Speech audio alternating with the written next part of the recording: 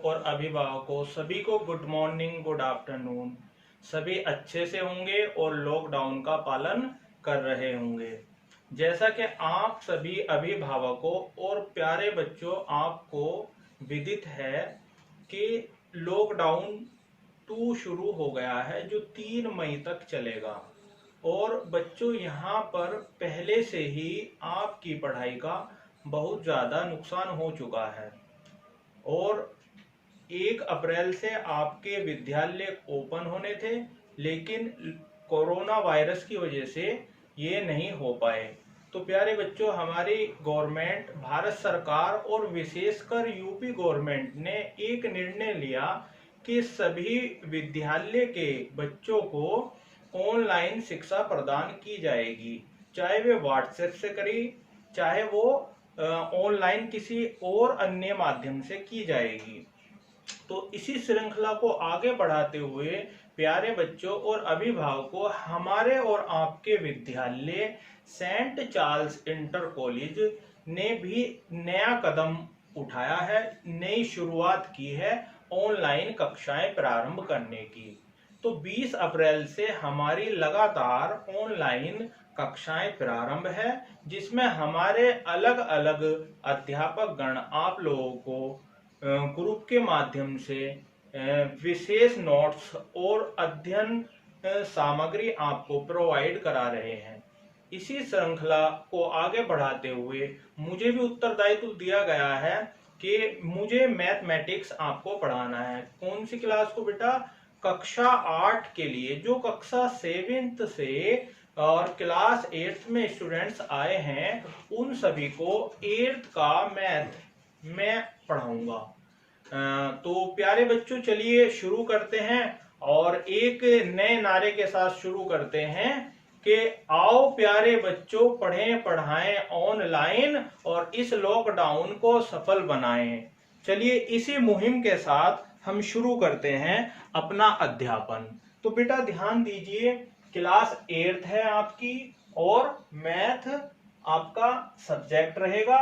मेरे द्वारा ये लेक्चर नंबर 1 है, ठीक है। अब ध्यान दीजिए, यहाँ पर आप मैथ और इसके बाद सिलेबस की बात आती है। बुक्स वगैरह अभी नहीं होंगी आप पे, तो अगर अरेंज हो जाए अपने साथी से पुरानी तो आप अरेंज कर लीजिए।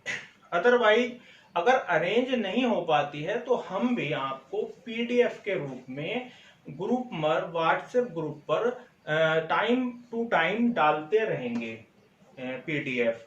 तो प्यारे बच्चों, आइए शुरू करते हैं ऑनलाइन कक्षाओं को। तो सबसे पहले, शुरू करने से पहले मैं आपको कुछ इम्पोर्टेंट चीजें बताऊंगा जो आपको करनी है। सबसे पहले बेटा आपको ध्यान रखना है, और विशेषकर जो अभिभावक हमारी वीडियो को देख रहे हैं वो भी ध्यान रखें कि ये चीज आप अपने बच्चों से अवश्य कराएं, ताकि उनको एक जेन्युइन क्लास की फीलिंग मिलती रहे। तो इसमें आपको क्या करना है? सबसे पहला आपको कार्य करना है जो इम्पोर्टेंट है। पहला आपका बच्चे, आप अपने पास क्या रखोगे? एक रफ कॉपी रखोगे। क्या रखोगे? एक रफ कॉपी।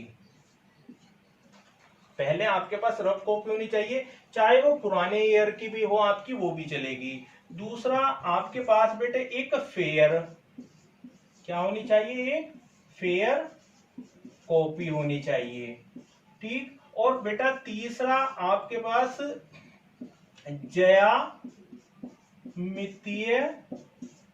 बॉक्स होना चाहिए बेटा, जिसमें आपके पेंसिल, कटर, रबड़ वगैरह भी हों, ठीक। उसके बाद 4 बेटा, देखिए आपकी जो कक्षा होगी कम से कम 20 मिनट से 30 मिनट की क्लास होगी। और इसमें आपको बेटा प्यास भी लगेगी क्योंकि गर्मी का मौसम है, तो बार बार आपको उठ के ना जाना पड़े, तो एक पानी की बोतल भी आप अपने पास रखिए। पानी की बोतल भी आपको अपने पास रखनी है, ठीक है बेटा। तो सभी मेरे प्यारे बच्चों और उनके अभिभावकों से एक निवेदन है कि बच्चों को एक वातावरण, एक माहौल देने का आप निश्चय करें और उन्हें एक प्रोत्साहन करें ताकि वो इन ऑनलाइन कक्षाओं का अच्छे से फायदा उठा सके। तो बच्चों ये चीजें तो आपको रखनी ही है अपने पास। और सिलेबस की यदि हम बात करेंगे तो बेटा मैं सिलेबस आपको बतला रहा हूँ, और देखिए सिलेबस आपकी स्क्रीन पर दिखाई दे रहा होगा, और आपकी स्क्रीन पर सबसे पहला आप इसको नोट भी करते जाइए प्यारे बच्चों, कि ताकि आपको पता रहे कि हमारे सिलेबस में हमारी बुक्स में कौन कौन से चैप्टर्स हैं। ठीक है बेटा, चलिए बेटा शुरू कीजिए। निकाल लीजिए आप अपनी कॉपी और पेन से निकाल लीजिए बेटा सभी। बहुत बहुत अच्छा, वेरी गुड।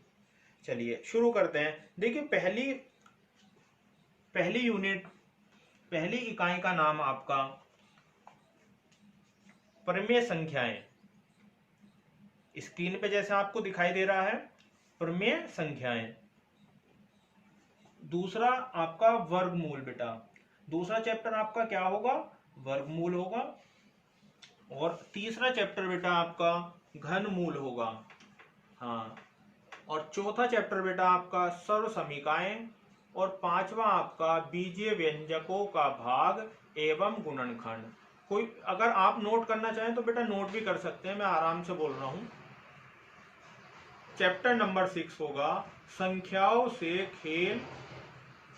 चैप्टर नंबर 7 होगा बेटा युगपत समीकरण। चैप्टर नंबर 8 वर्ग समीकरण। चैप्टर नंबर 9 समांतर रेखाएं। बेटा आप नहीं लिख रहे हो, आप भी लिखिए। हाँ जल्दी ओपन कीजिए बेटा। चैप्टर नंबर 10 चतुर्भुज की रचनाएं। हाँ जी, चैप्टर नंबर 11 वाणिज्य गणित।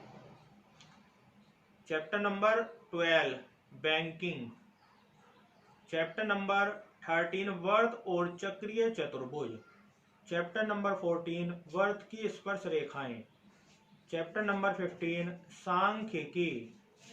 चैप्टर नंबर 16 संभावना प्रायिकता। और चैप्टर नंबर 17 कार्तीय तल। और बेटा लास्ट में है अंतिम आपका चैप्टर, चैप्टर नंबर 18 क्षेत्रमति मेंसुरेशन। कौन सा है, क्षेत्रमति मेंसुरेशन। बेटे स्क्रीन पे से आप नोट कर लीजिए इन सबको, और चाहे तो आप स्क्रीन शॉट भी ले सकते हो इसका। चलिए हो गया बेटा। हाँ तो प्यारे बच्चों आपने स्क्रीन शॉट ले लिया होगा और या आपने नोट कर लिया होगा। चलिए आज हम पहले वाले चैप्टर की बात शुरू करते हैं। यहाँ पर पहला प्रथम चैप्टर है आपका यहाँ कौन सा बेटा बताइए। हाँ परिमेय संख्याएं। कौन सा है, परिमेय संख्याएं। तो कर लेते हैं बेटा अध्याय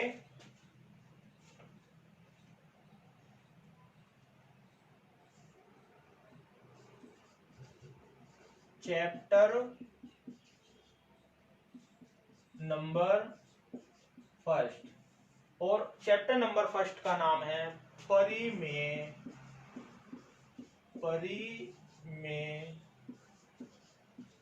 संख्याएं। परिमेय संख्याएं, परिमेय संख्याएं। और इसको बेटा इंग्लिश में कहते हैं यहाँ पर रैशनल नंबर्स। क्या कहते हैं बेटा, रैशनल नंबर्स। तो चलिए आज परिमेय संख्याओं की बात करेंगे कि परिमेय संख्याएं होती क्या हैं बेटा। तो क्या कोई बताएगा आप में से परिमेय संख्याएं। हाँ बेटा आप बतलाइए, शिव कुमार आप बताइए। हाँ मुनाजिर आप बताइए बेटा, आपको नहीं पता है। हाँ बेटा काफी टाइम हो गया है ना पढ़े हुए, 2 महीने ऑलरेडी आपकी छुट्टी हो गई है, सब विस्मृत हो गया होगा। चलिए बेटा मैं आपको बताता हूँ। देखिए सबसे पहले परिमेय संख्याओं से पहले हमें पीछे जाना पड़ेगा। 6 और 7th क्लास में हमने कुछ पढ़ी होंगी संख्याएं, ठीक है ना। तो पहले सबसे पहले हम पूर्व ज्ञान की ओर चलते हैं। क्या, सबसे पहले पूर्व ज्ञान की ओर यहाँ पर हम चलते हैं।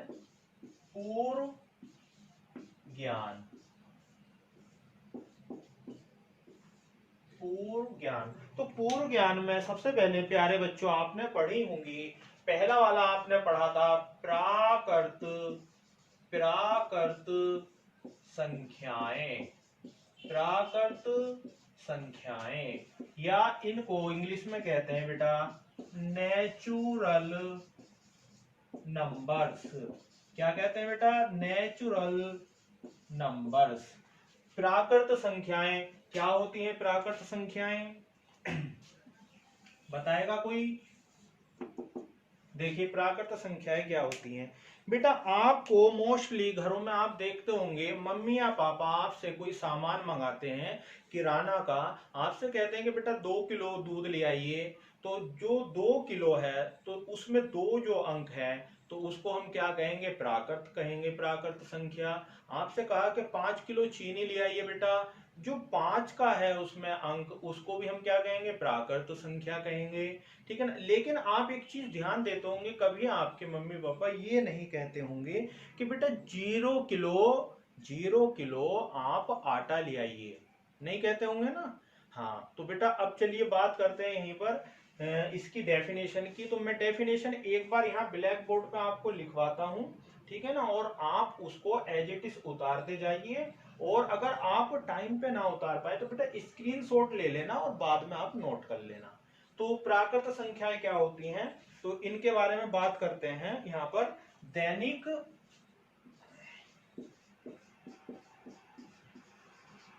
दैनिक प्रयोग में आने वाली गिनती की संख्या को प्राकृत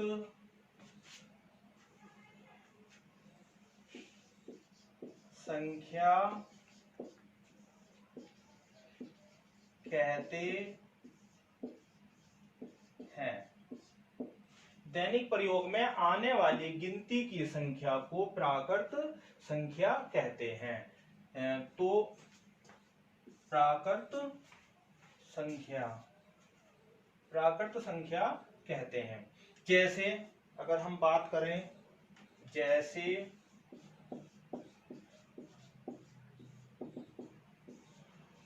रोजाना के यूज में, देखिए बेटा जैसे रोजाना के यूज में ये ध्यान दीजिए आप 1 2 3 4 5 6 7 8 और 9, ये कैसी संख्याएं हैं बेटा? इन सारी संख्याओं को हम प्राकृतिक संख्याएं कहेंगे। क्या कहेंगे? प्राकृत संख्याएं कहेंगे। ठीक है, चलिए कौन कौन सी हुई बेटा? 1 2 3 4 5 6, इस तरीके से आपकी कहां तक? अनंत तक जो है ये आपकी क्या होंगी? प्राकृत संख्या होंगी। चलिए अब इसके बाद अगली बात करते हैं हम यहीं पर। प्राकृत संख्याओं के बाद दूसरा पॉइंट है हमारा यहां पूर्ण संख्याएं। ये बेटे आपने 6 और 7th में ये पढ़ी होंगी, ठीक है, उसी का है ये भी पुरानी चीजें। पूर्ण संख्याएं, तो पूर्ण संख्याएं कौन सी होती हैं बेटा?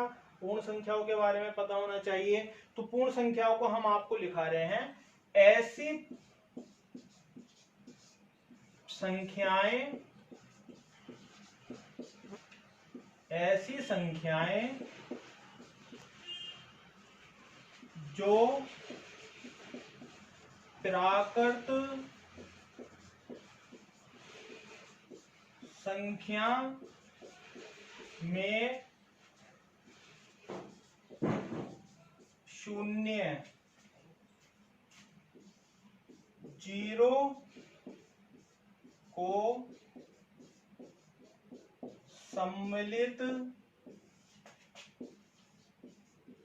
सम्मिलित करने पर प्राप्त होती है उन्हें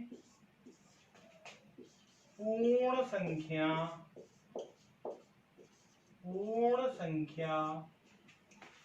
कहते हैं।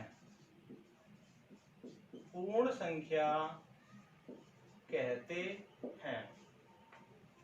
कैसे बेटे पूर्ण संख्या कहते हैं इनको? ध्यान से देखिए, यदि यहां पर आप यदि ध्यान देखेंगे तो देखिए ये आपकी प्राकृत संख्या है।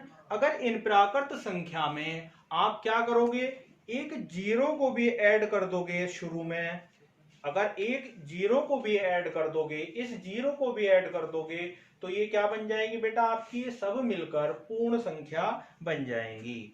तो ध्यान से देखिए बेटा, यहां पर